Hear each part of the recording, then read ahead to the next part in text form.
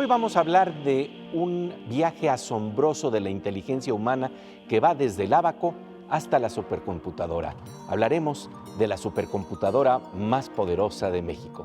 Los esperamos enseguida aquí en La Oveja Eléctrica.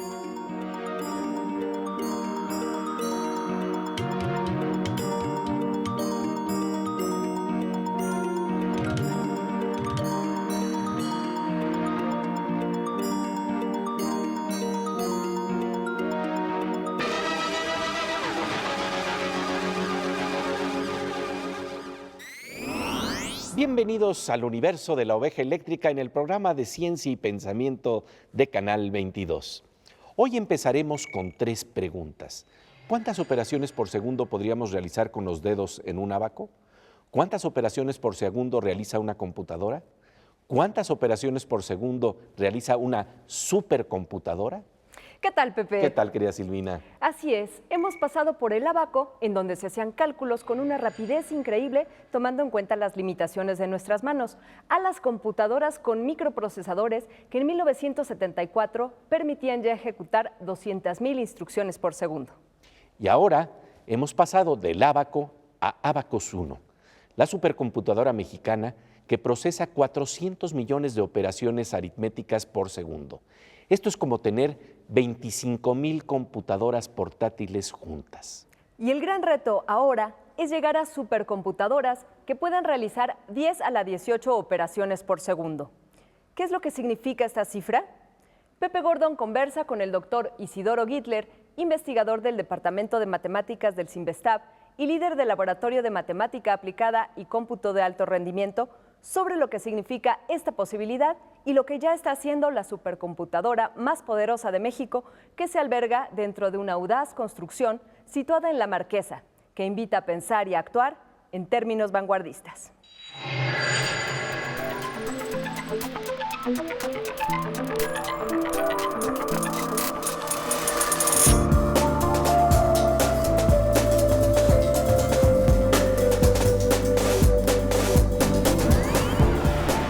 Pues querido Isidoro, un gusto que estés aquí en La Oveja Eléctrica. No, pues Pepe, yo te agradezco muchísimo y para mí es realmente un placer y un gusto estar aquí contigo hoy.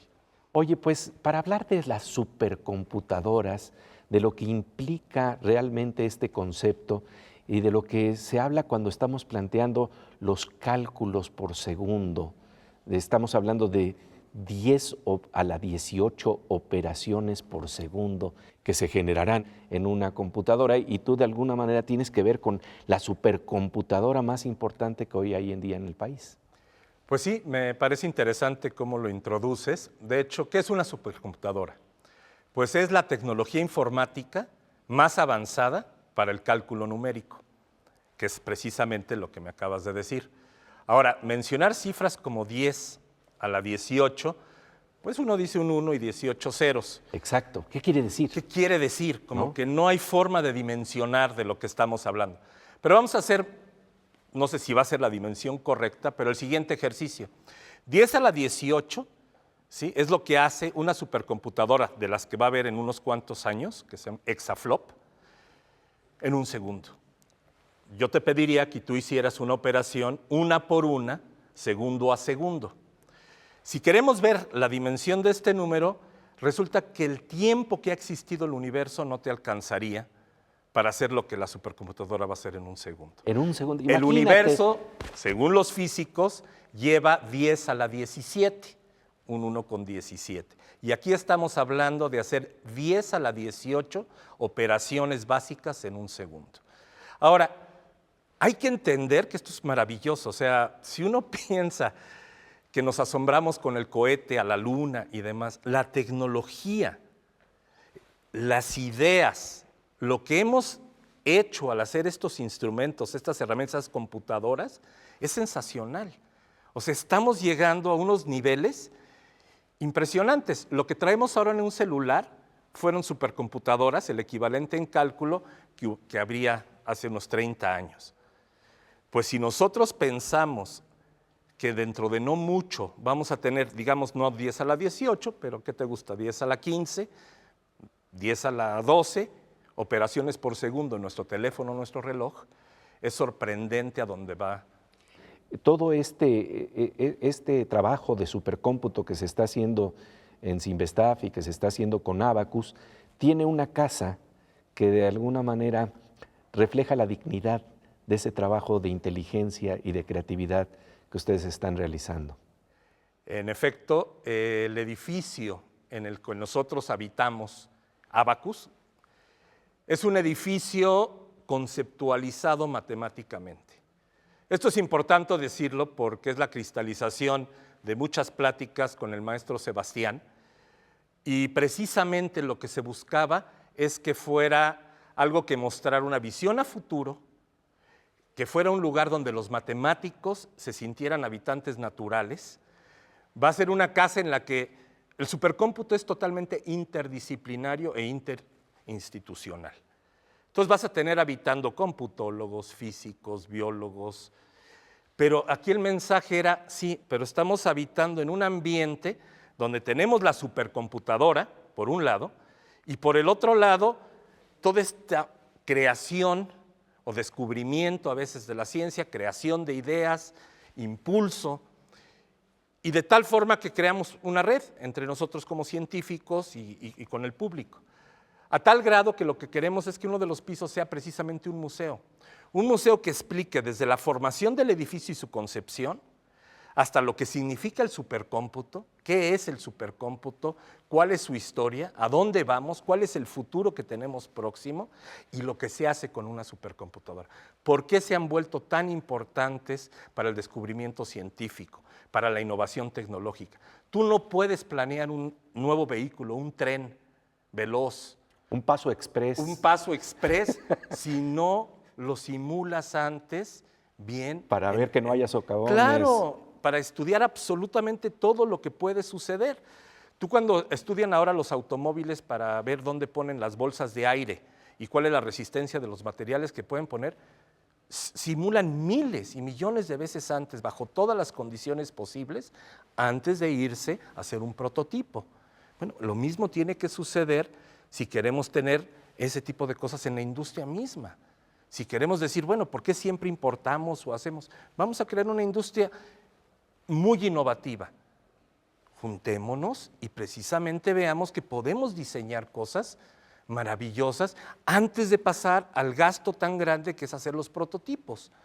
Y se pueden hacer en ese momento todas las modificaciones posibles. Entonces, el edificio refleja que es un espacio para que esto suceda. Ahí se tiene que dar la sinergia, ahí tenemos que estar habitando, se tiene que sentir, hasta en la atmósfera, que pasan las ideas de un lado al otro, los comentarios, las discusiones, los asombros, y claro, muchas veces pues las tristezas de que lo que uno piensa resulta que no era totalmente correcto.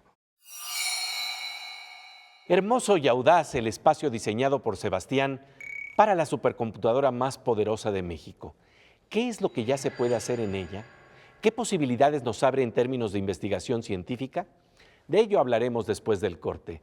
Mientras tanto, vamos con nuestra compañera Aura López, que nos habla de algunos de los asombros que nos trae el uso de la inteligencia, de nuestras operaciones matemáticas potenciadas.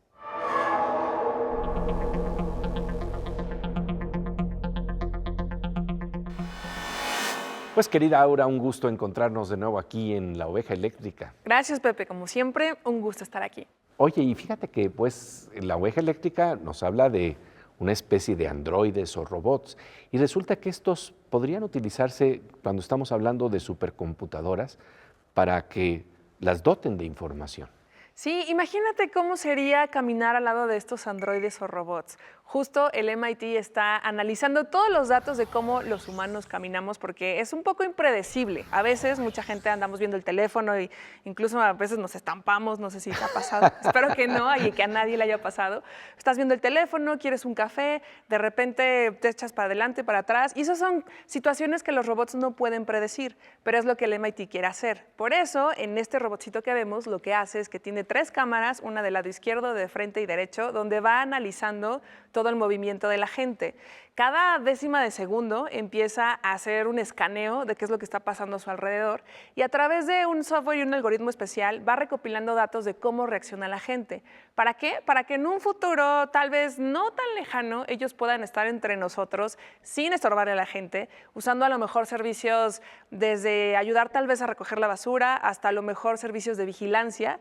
Por supuesto, faltan muchos años para que esto suceda, pero lo importante es que ahorita ya se está avanzando en tratar de recopilar esta información, que los robots la entiendan por sí solos y que ellos puedan navegar por sí solos alrededor de nosotros los seres humanos. Qué interesante. Pues como siempre, un gusto que compartas esta información aquí en La Oveja Eléctrica. Gracias, Pepe. Volvemos enseguida a La Oveja Eléctrica, en donde estamos conversando con el matemático Isidoro Gittler sobre la supercomputadora más poderosa de México, el Abaco del siglo XXI, que usa maravillosos procesadores de información.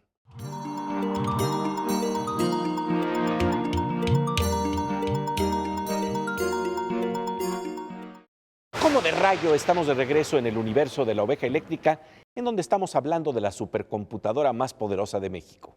Pepe Gordon conversa con el matemático Isidoro Gittler sobre las posibilidades de investigación que abre la supercomputadora del CINVESTAB del Centro de Investigación y Estudios Avanzados del Instituto Politécnico Nacional.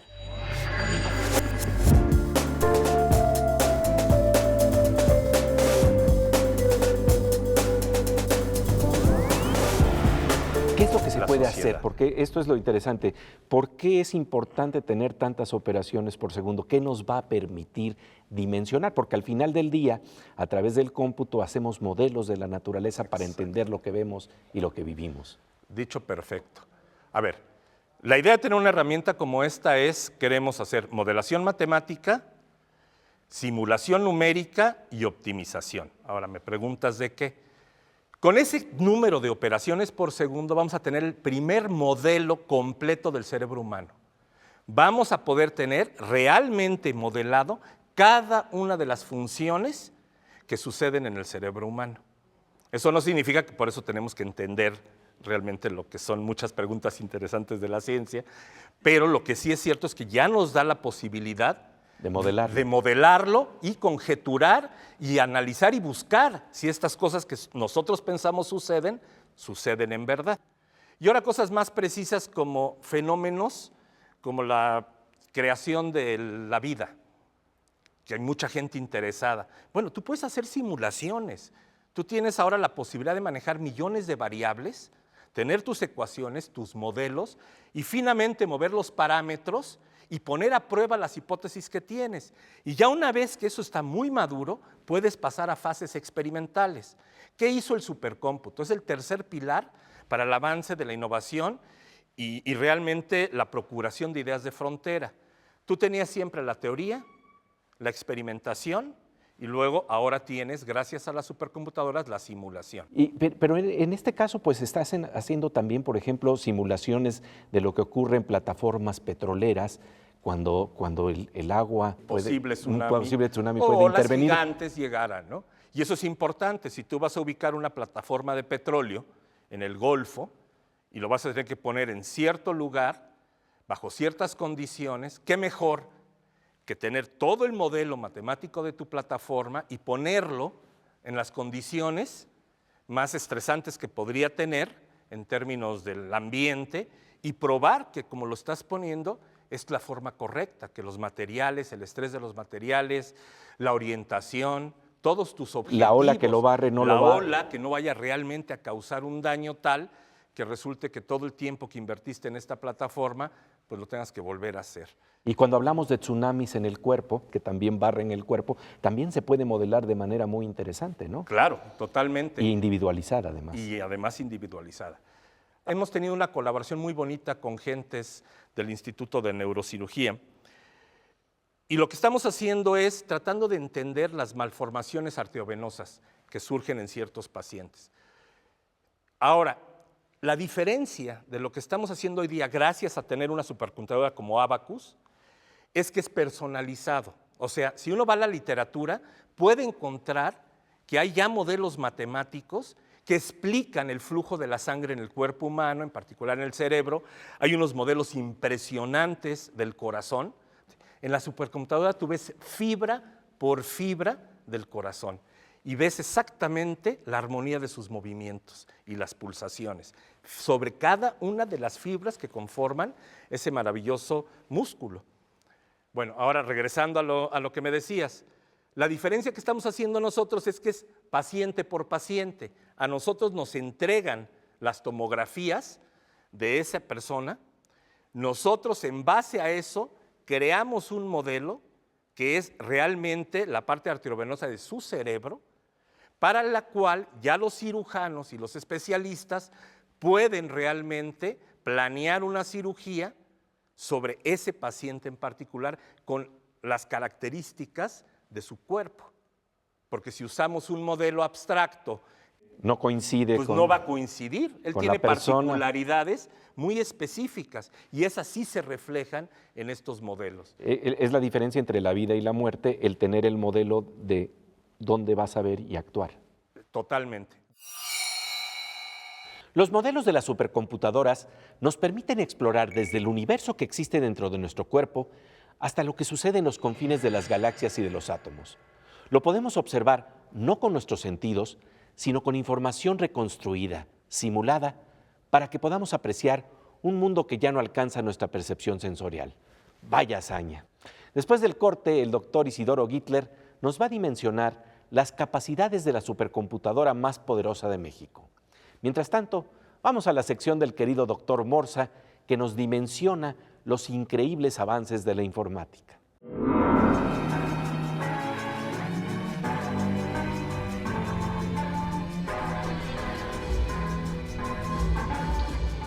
Querido Morsa, qué gusto encontrarnos aquí en Oveja Eléctrica. Gracias, Pepe.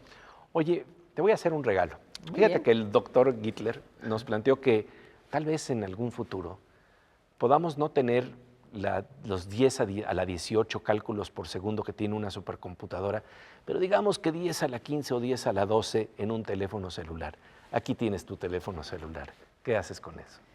Mira, si me pides a mí qué voy a hacer con eso, bueno, pues tengo un proyecto que ya llevo 3 años en eso y voy para el 4º y trato de encontrar configuraciones ganadoras en juegos de suma cero. Un juego de suma cero es un juego donde tu ventaja es mi desventaja. O sea, si yo tengo 5 puntos de ventaja, tú tienes 5 de desventaja, ¿no?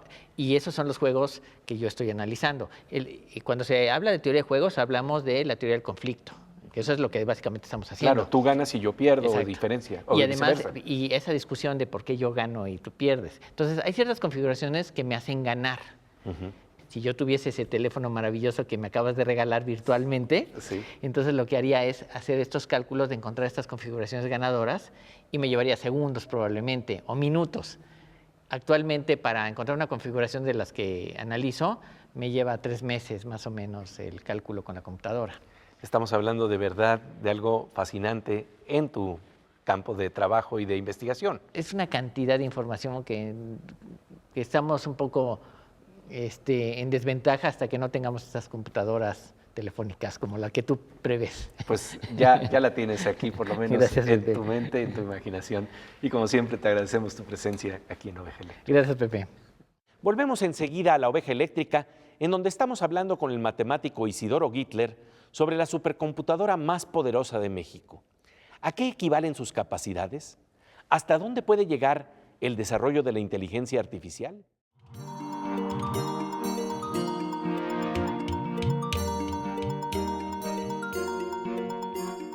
Como de rayo, estamos de regreso en el universo de la Oveja Eléctrica, en donde estamos hablando sobre un viaje extraordinario de la inteligencia humana que va desde el ábaco hasta la supercomputadora.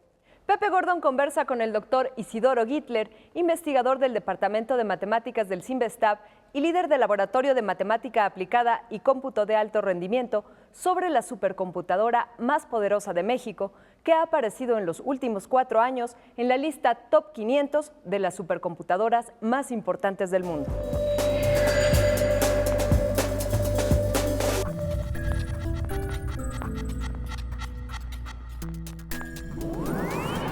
Para finalizar, cuando estamos hablando de la visión de posibilidades, porque eso es parte de esta estructura de este edificio, plantear una zona en donde van a hablar de la visión de posibilidades, ¿qué es lo que piensas que puede detonar precisamente Abacus, este centro de inteligencia y creatividad en A ver, México? vamos nada más a ubicar así muy brevemente. Estamos hablando de una supercomputadora que más o menos tiene un poder de cómputo por arriba de 450 teraflops. Esto es como si pusieras 25,000 laptops trabajando juntas y simultáneamente. Por el otro lado, su capacidad de guardado de información es equivalente a 6,000 veces lo que tienes en la Biblioteca Vasconcelos. Eso es el tipo de capacidad de almacenamiento que tiene. Y transmite entre sus componentes, entre distintos procesadores y demás, a una velocidad equivalente a transmitir 13 DVDs en un parpadeo. Ahora, teniendo esa infraestructura y teniendo el gran talento que tenemos en México, porque si algo tenemos en México es talento humano, yo creo que de ahí podemos detonar cosas muy importantes, tanto para la sociedad, desde el punto de vista de problemas de tráfico, problemas médicos y personalizados, entendimiento de lo que es de biología, del universo, genómica, sí, del universo y demás. Ahora, yo lo que quisiera ver a la vuelta de unos años es estar rodeado de pura gente joven, muy, muy joven, con ideas que nosotros todavía no vislumbramos, que precisamente por estar en ese ambiente y tener la oportunidad de interactuar con esta herramienta y llevar a la práctica estos modelos, nos lleven a algo que no podemos imaginar. Yo hasta hace unos años sentía que como que lo que va a pasar en los próximos 30 va a ser muy similar a lo que estamos viviendo. Yo he cambiado mi posición radicalmente. La inteligencia artificial nos está llevando a otro ámbito.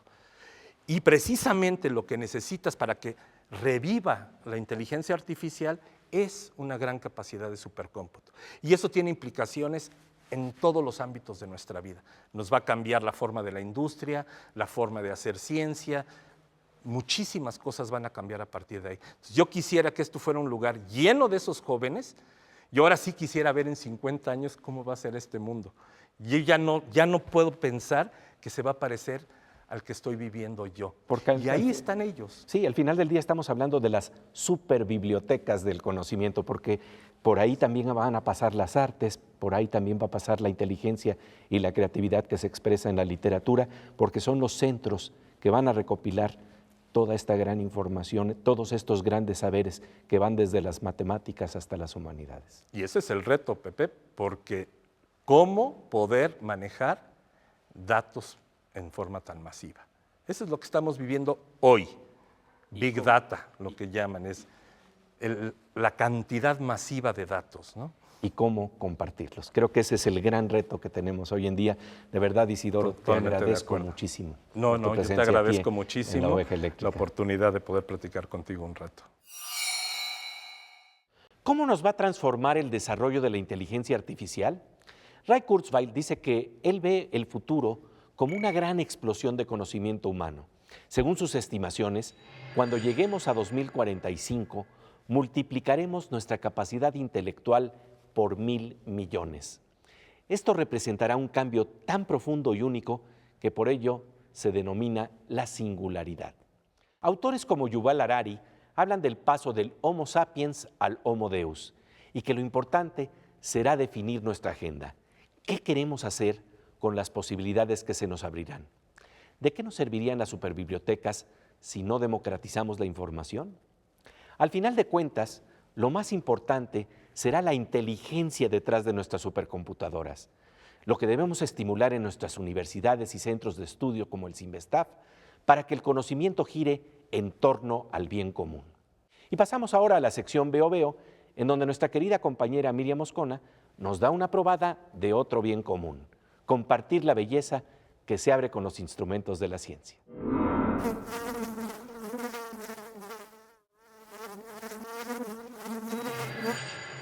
Pues querida Miriam, un gusto encontrarnos. Y tú sabes, Miriam, que como poeta, las palabras revelan a veces misterios de lo que son los objetos o de lo que nos rodea.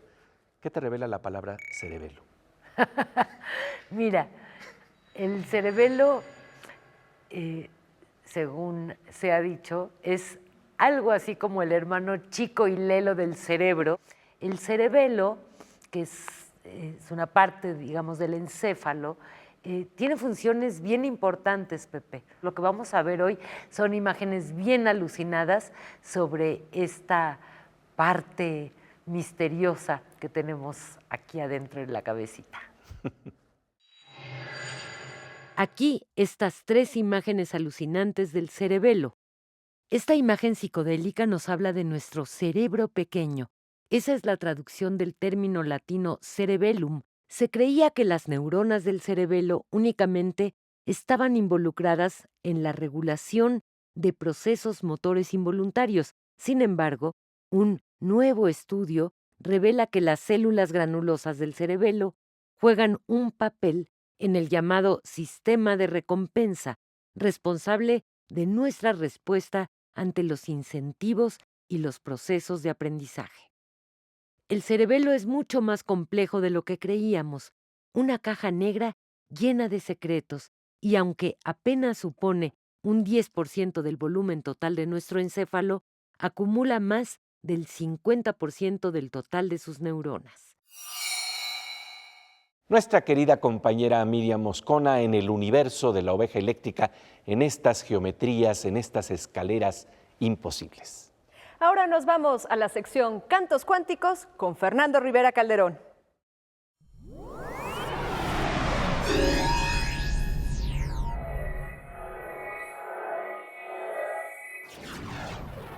Pues, querido Fernando Rivera Calderón, fíjate que cuando hablamos de supercomputadoras, a veces nos olvidamos que lo importante es el cerebro que está detrás de la computadora. Sí, mi querido, pero lo que pasa es que de repente ya las cosas son tan inteligentes, ¿no? El teléfono, el edificio, que pareciera que ya la inteligencia nos sale sobrando a nosotros, pero no es así.